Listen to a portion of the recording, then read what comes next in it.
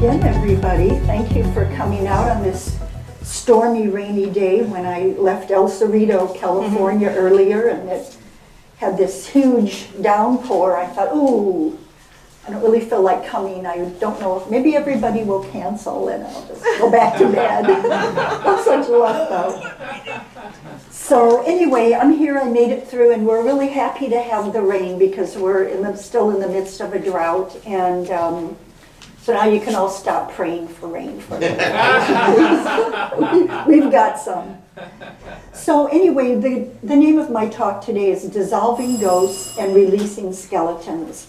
And for those of you who didn't see the email, I'm going to give you a little hint about what it's about, my talk is about. Halloween gives us the opportunity to live out many of our favorite fantasies, ghosts, goblins, and ghouls. We relish our experience of scary beings and things that go bump in the night. Yet in real life, those ghosts that haunt us and the skeletons in our closets may hold us back from experiencing the peace of God. Join me this Sunday as we explore how these hauntings can diminish our life value and how A Course in Miracles can help us to free ourselves from painful memories. So, excuse me. I thought I would turn around and cough so nobody could hear me, but I've got this microphone right here, so I can't get away from it. Anyway, so today is Halloween in the Castro, and for those of you who haven't been to San Francisco at this time of the year and have not checked out Halloween in San Francisco, it's a great event. It's a lot of fun, everybody dresses up, and it's the wildest and craziest thing that you will experience that you can ever experience. So this is the place to be on Halloween. Now, when I lived in Chicago, it was St. Patrick's Day. If you were Irish and you wanted to celebrate it in a big way, Chicago was the place to be. But here, it's San Francisco for Halloween.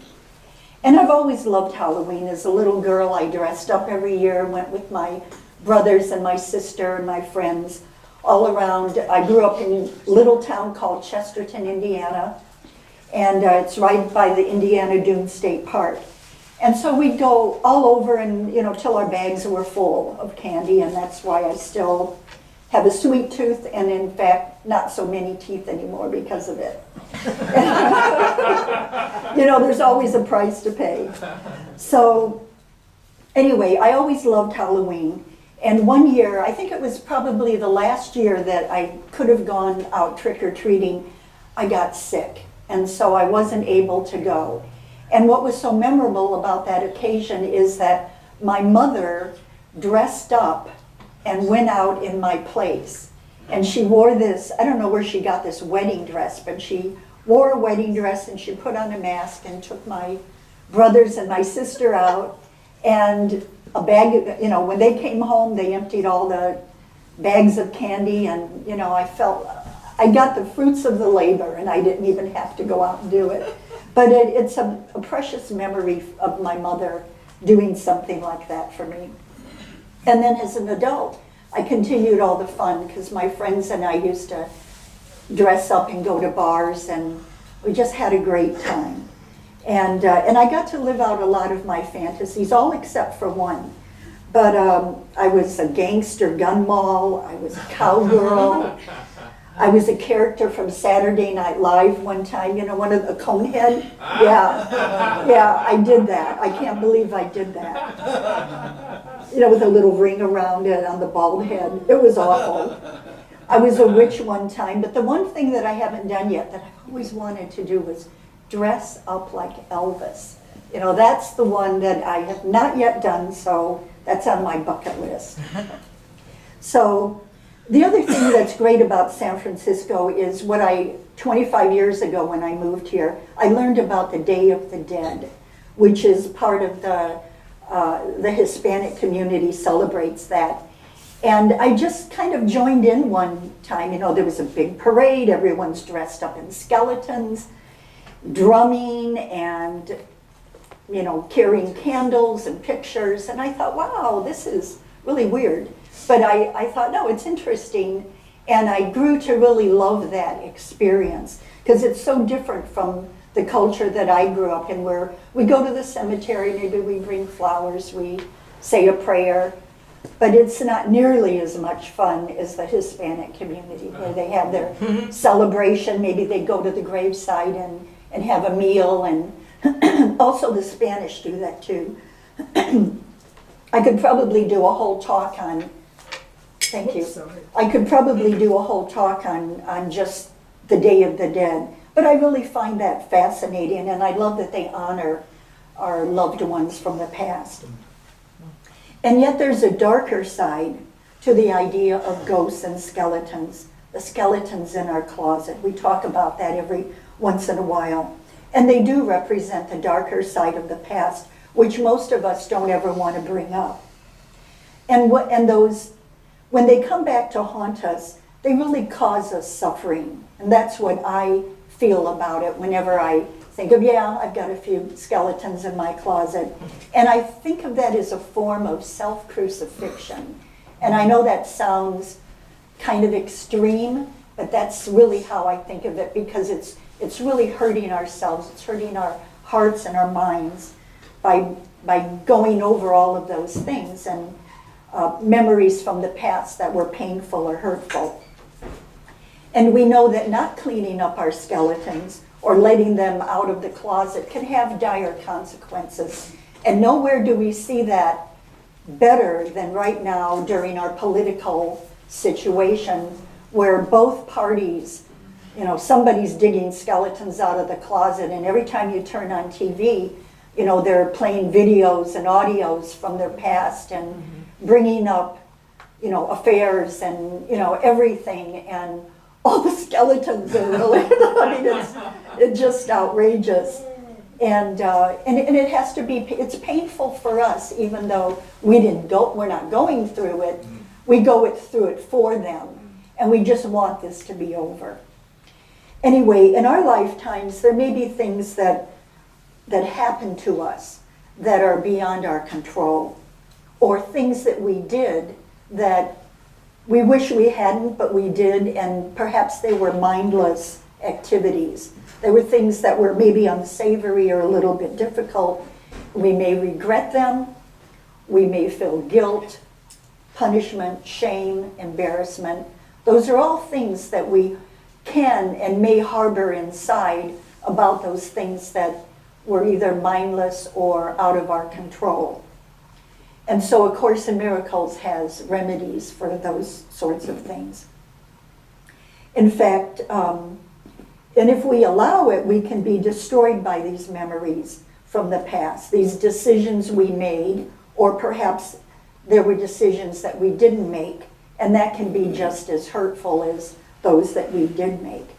They keep haunting us and coming back and keeping us from living in peace. I can share one of mine with you.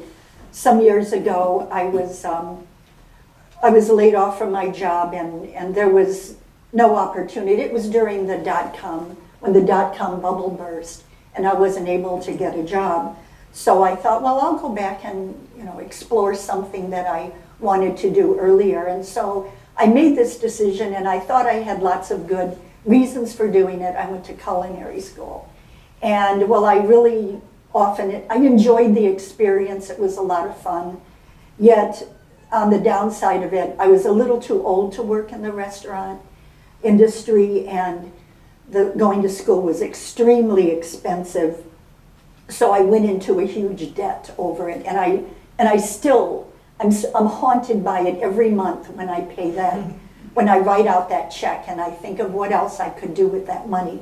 But it's a decision, you know, kind of a bad life decision I made at the time, and I justified it then, and now I'm looking back and I'm going, what the hell was I thinking?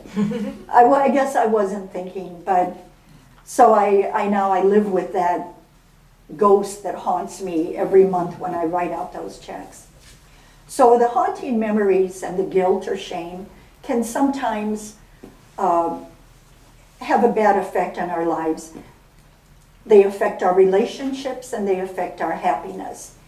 And as far as affecting our relationships go, they keep us in fear that these ghosts or skeletons will stop others from loving us or from accepting us.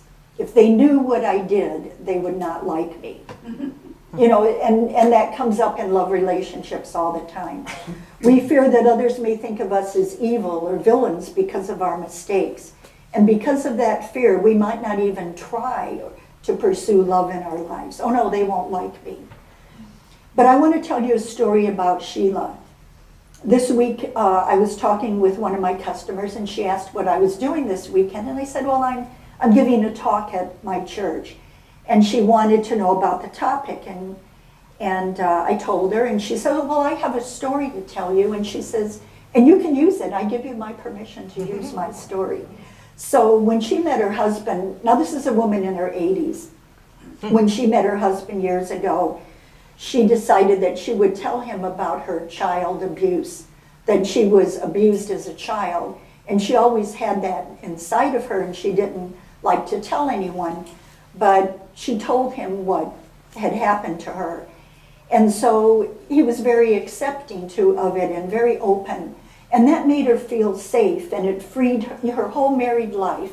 She felt totally free from the experience of the child abuse. Well, her husband passed away a number of years ago, and she revealed that she is kind of starting in a new relationship with somebody. Now, she wouldn't tell me who it was. We didn't go that far. I wanted to know because I know all the men at the Redwoods. So, but I'm not a gossip. I'm not a gossip. When the camera's on me, no, I'm not a gossip. Anyway, she's now in a new relationship, and this is coming up for her again. And so she's debating, should I tell him, should I not tell him? And I said to her, go with your guidance. When you feel it's right, tell him. If you feel safe. And she goes, I don't feel safe. No, you tell him when you need to tell him. Otherwise, you can keep it to yourself until then. And then yesterday I was talking to one of my coworkers, and I plan on retiring from my job soon, and I'd like for her to take over as manager. So she said, well, I don't think I can do that because I have a skeleton in my closet. And she says, I can't pass the background check. Now, she didn't disclose what she did, but she doesn't think that, she knows she can't pass the background check, so it actually affects her present and her future. So anyway, these memories also affect our happiness because these dark thoughts about our past, they influence our ego to make us believe that because of our past, that we aren't good enough, that we aren't smart enough, or that we aren't enough of anything to be happy, safe, or peaceful. But it's in our best interest to make peace with the ghosts and the skeletons from the past. And A Course in Miracles can help us to dissolve the ghosts and release the skeletons. And that's what the book is all about. It's what the teaching is about. That's what A Course in Miracles, the tools, it gives us the tools to make peace with our past. Now I have a short list for dissolving ghosts and releasing skeletons. And the first one is, as always, I've said in my past talks, invite the Holy Spirit in. If there's something that's bothering you, talk about it first with the Holy Spirit. Ask for the perceptions and the thoughts that will help you move through it or get over it or let it go or whatever it is you need to do. Because Spirit lets us know that we are not alone and that nothing is too big, too bad, or too nasty to heal. Because God is not condemning us, A Course in Miracles says. We are condemning ourselves and we're suffering for it. The second one is start managing your own mental and emotional landscape. Do a mental assessment of where you've been, where you're at, and possibly to where you're going. And probably our politicians should have thought about that years ago. So we need to make up our mind to do it. And sometimes we just don't want to go there and we don't know how to handle it. And that's why the Holy Spirit's help will at least get us on the right track. Today's reading gives us one of what I think of as one of the keys to the kingdom. The past is over, it can touch me not. And the Course says, unless the past is over in my mind, the real world must escape my sight. And so it's asking you to get it over in your mind, otherwise you'll be stuck in the illusion. And that's where we are when we hold on to the past. Lesson 289, there's a prayer that says, Father, let me not look upon a past that is not there, for you have offered me your own replacement. In a present world, the past is left untouched and free of sin. Here is the end of guilt, and here am I made ready for your final step. Shall I demand that you wait longer for your son to find the loveliness you planned to be the end of all his dreams and all his pain? So God is waiting for us to give this up, to let this go. Let this be the end of our dreams and our pain. The third part of the list is handle the fear. When we refuse to acknowledge our fears, they turn into demons that haunt us. And on the subconscious level, we try to deal with it by maybe over drinking, overeating, abusing drugs, gambling, turning to anything that we think will cover it up or make it go away. It's like a hole in our souls that we're trying to fill. But the truth is we can't drug or drown our ghosts, skeletons, and demons. What that does is it just hurts the body. But A Course in Miracles leads us in a new direction through the mind with healing our perceptions and for helping us to forgive anything that brings us suffering. Like any issue that we have, Course in Miracles always encourages us, turn it over to Spirit. Turn whatever it is, every day, turn it over to Spirit and forgive it. And we can do that with our skeletons. Because we all know good things and bad things happen to bodies. And we can't change the past, but we can have new perceptions about the past. We can look at the past in a way with guidance that is more empowering. And we know that what A Course in Miracles teaches is that love is always the answer. So A Course in Miracles says in Lesson 294, forgiveness is the only gift I give because it is the only gift I want. And everything I give myself. This is salvation's simple formula. And that really is simple. It's a very simple formula. By offering forgiveness when someone tells you about their ghosts or their skeletons, forgive them for it. Be understanding and accepting. And by doing that, what it does is it leaves the door open for that other person to also share what has happened in their life that they'd like to let go of. And that way you start with a clean slate with this person. It's out in the open. There's no secrets we're hiding. And there we have it. And this maximizes our external relationship once we get the internal taken care of by being who we are. What we do is we bring all of that to the table and communicate our fears and know that they are not bigger than us, and we can start to see them as smaller. The last one is we know that our willingness to free ourselves contributes to the Great Awakening. This is where the Course is taking us. Heaven on earth, the Great Awakening. And it's a step in the right direction. Because every person who lets go of the past steps into their own light, and that diminishes the darkness in this world, and it spreads to everyone you meet. And that's really probably one of the things I'd like to take as a takeaway here, is that one time I shared something with one of my friends, and I think it inspired her. She didn't say it inspired her. I know she heard me, because sometime down the road, I heard her use the same expression. And I thought, oh, okay, well, that really worked. So it kind of made a fuzzy, warm, fuzzy place in my heart. So let's leave the ghosts and the skeletons for children on Halloween and let's release them from our lives. And we're going to do that today. We're just going to take a minute or two, and we're going to do that. But I want to finish up with lesson 290. My present happiness is all I see.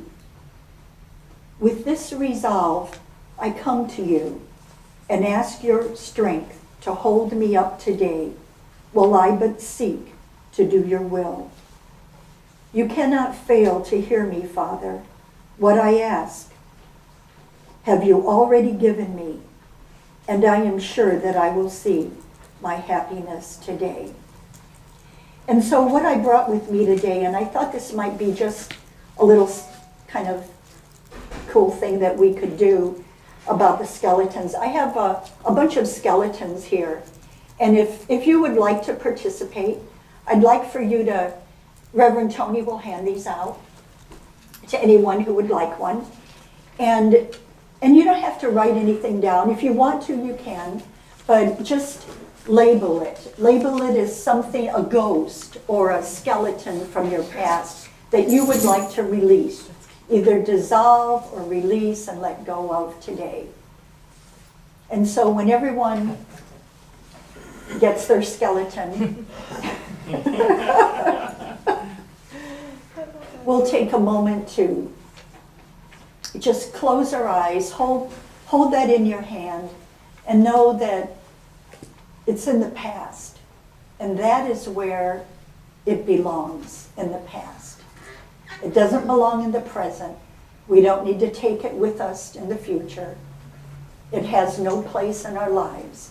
It may be suffering, it may be guilt, it may be shame, but it's over. So I'm going to give you you probably already know what you want to let go of. So I'm going to just give you a few seconds to think about it and go ahead and attach one of your ghosts or one of your skeletons, if you have any, maybe you don't, to that skeleton.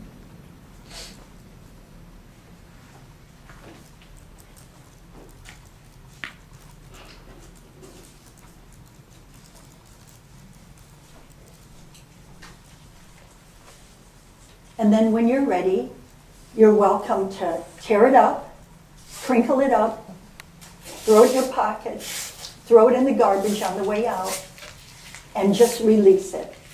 Know that whatever this is, it's gone. It's in your past, and now it's torn up, and it no longer exists.